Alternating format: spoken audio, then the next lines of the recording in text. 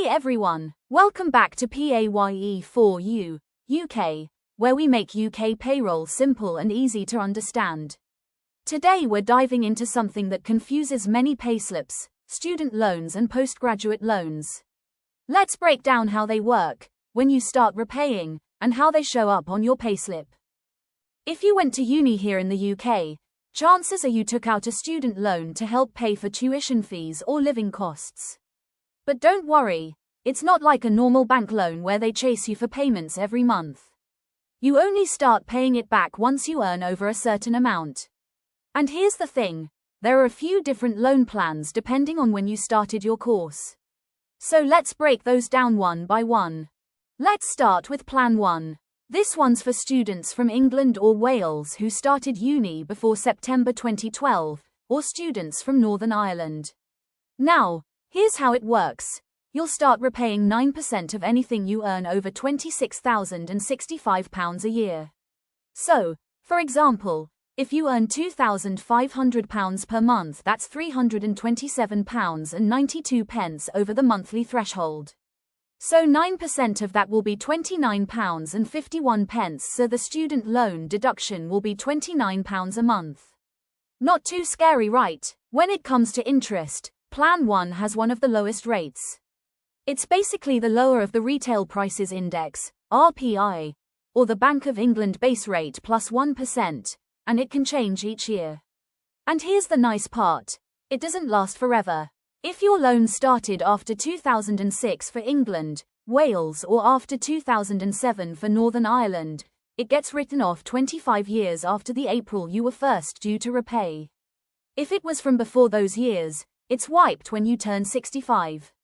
So yeah, Plan 1 loans are kind of the old school ones, with lower interest and a shorter repayment window compared to the newer plans. Next up, Plan 2, which most students in England or Wales fall under if you started uni on or after September 2012, but before August 2023. Here's how it works. You'll start making repayments once you earn over £28,470. And, just like Plan 1, you pay 9% of whatever you earn above that threshold. Now, interest rates on Plan 2 are a bit higher, and they depend on your income. The interest while you're studying is usually RPI plus 3%. But once you've finished your course and started earning £28,470 or less, you're charged just RPI. If your earnings between £28,470 and £49,130, the interest gradually increases up to RPI plus 3%, and if you earn over £49,130, you're hit with the full RPI plus 3% rate. Finally, your Plan 2 loan gets written off after 30 years from the April you first became eligible to repay. So yeah, compared to Plan 1, Plan 2 loans can build up interest a bit faster, but repayments still depend completely on what you earn, not what you owe. Now, you might be thinking, wait, what happened to Plan 4? Don't worry, we'll get to that in a bit. But first, let's talk about the newest one, Plan 5.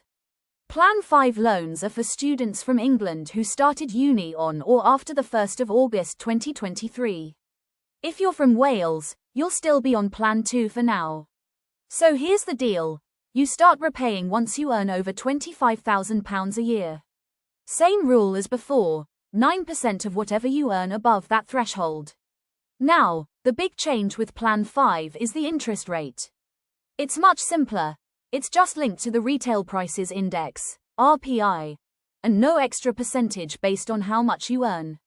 And here's the part that's a bit of a double-edged sword. Your loan lasts 40 years before it's written off, so it sticks around longer than the other plans. Basically, Plan 5 has a lower repayment threshold and a simpler interest rate but a longer repayment period. It's designed to make repayments smaller and more manageable each month, but you might be paying it back for a lot longer. Alright, now let's talk about Plan 4, the one I skipped earlier. This plan is mainly for students from Scotland, or EU students who studied in Scotland and got funding through the Student Awards Agency Scotland. You'll start repaying once you earn over £32,745 a year, which is a higher threshold than the other plans. And just like the others, you'll pay 9% of whatever you earn above that amount. The interest rate for Plan 4 is usually lower compared to the England and Wales plans. It's often around 1.5%, but it can change, so always check the latest info on the SAAS website. As for how long it lasts, Plan 4 loans are normally written off after 30 years from when you first became eligible to repay. Some older loans might be written off based on your age instead. Alright, now let's talk about postgraduate loans. These are for anyone doing a master's or a doctorate. They're available for students from England, Wales, and Northern Ireland, but if you're from Scotland, your funding comes through SAAS, which has its own setup. You'll start repaying once you earn over £21,000 a year and will pay 6% of your income above that threshold. That's different from undergraduate loans, which take 9%. The interest rate is usually RPI plus 3%, and the loan is written off 30 years after the April you first became eligible to repay. Alright, so let's see how all this actually shows up on your payslip. Here's what happens behind the scenes. The Student Loans Company, SLC, tells HMRC, and then HMRC notifies your employer to start or stop your repayments automatically based on your earnings. So, you don't have to do anything yourself. It's all handled through the PAYE system. On your payslip, you'll see a separate line for it, either student loan, postgraduate loan. And yep, if you have both a postgraduate and an undergraduate loan, you'll be paying them at the same time, as long as you're earning above both thresholds. That means 9% for your undergraduate loan and 6% for your postgraduate loan, a total of 15% on the income above those limits. Sounds like a lot, but remember, it's all automatic through Pay, and it's only based on what you earn, not how much you owe. So, when you spot student loan or postgrad loan on your payslip next time, that's exactly what's happening. Before we wrap up, here are a few quick tips and reminders about your student or postgraduate loan.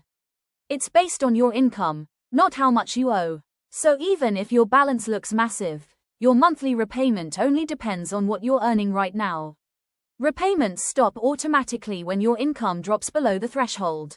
If you change jobs, your repayments continue automatically through your new employer, since it's all done through your tax code. And finally, want to check your balance or make extra payments? You can log in anytime. Check description for link.